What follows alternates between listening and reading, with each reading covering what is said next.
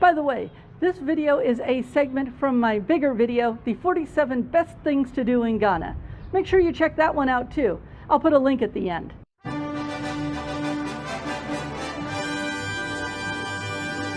Ta-da!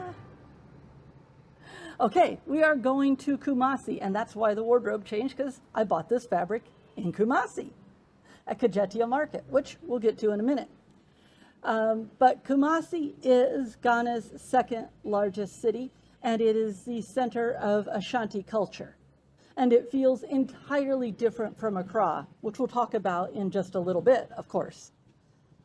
But from what I can tell, it's a little bit of an LA, New York kind of vibe, with Kumasi actually being New York and Accra being LA. I can vouch for the LA and Accra.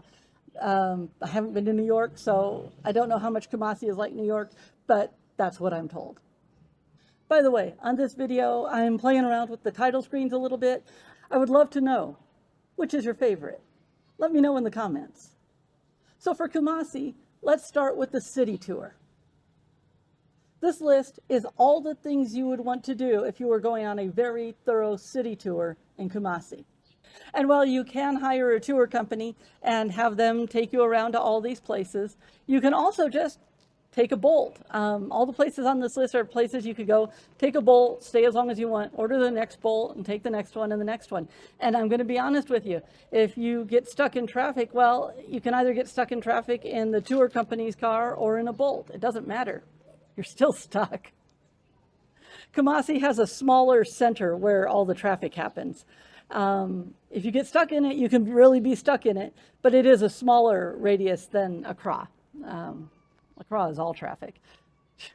I'll get to that later. But doing the tour on your own lets you set your own pace, and that's my preferred way to go. There are two places on this city tour that I want to highlight here. The first is the Manshia Palace Museum. They don't allow pictures inside, so I couldn't show you any of that, but it is a really good tour covering Ashanti history and culture. The extra exciting part for me, though, is the courtyard across the way where you get to see peacocks. And they're walking around and you can get pretty close to them, and sometimes they'll even put on a show for you. This was actually a really nice way to just spend a little time and relax and watch the peacocks.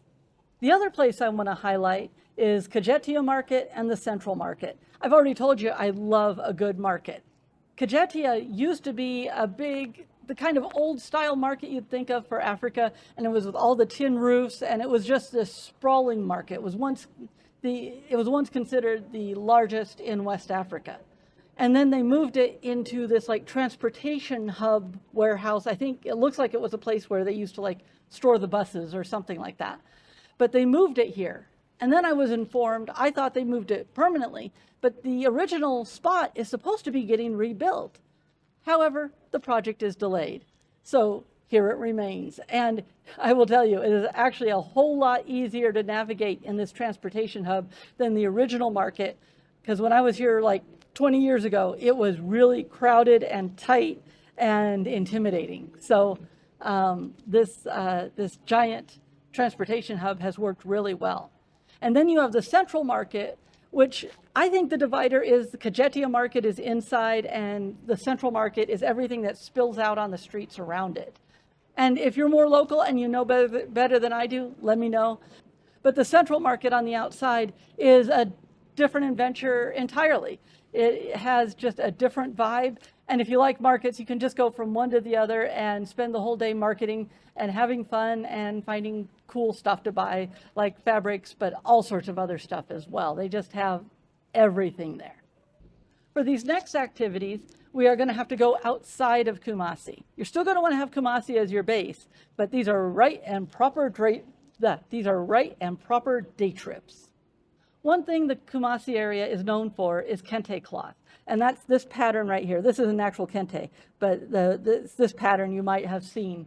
But the thing is, I am going to give you a double header for Ghanaian textiles for this day trip. The first place you want to go, you're going to have to hire a driver either way. So the first place you want to go is Bonwire. Bonwire has a weaving center, and now they have just recently opened the Kente Museum. Now, the weaving center has been there forever, and they will give you a bunch of information, and they'll let you try out the weaving, and it's a good place to go. But I will say, there's kind of a high expectation of you buying when you visit the weaving center. If they see a tourist, they sort of expect you to buy. Just being honest with you there. When I went to the museum, which had only been open a few days when I went, they still give all the same information on the tour. They're still incredibly well informed and great at what they do. But it was a little bit younger, fresher feel at the museum. And consequently, there were also, well, they were hopeful that you would buy. There was no pressure to buy. So if I'm being really honest, I like the museum a little bit better. But if you're going to Bonwire, go ahead and do both and experience both, because that just gives you more choices. And if you're out for the day, you're out for the day.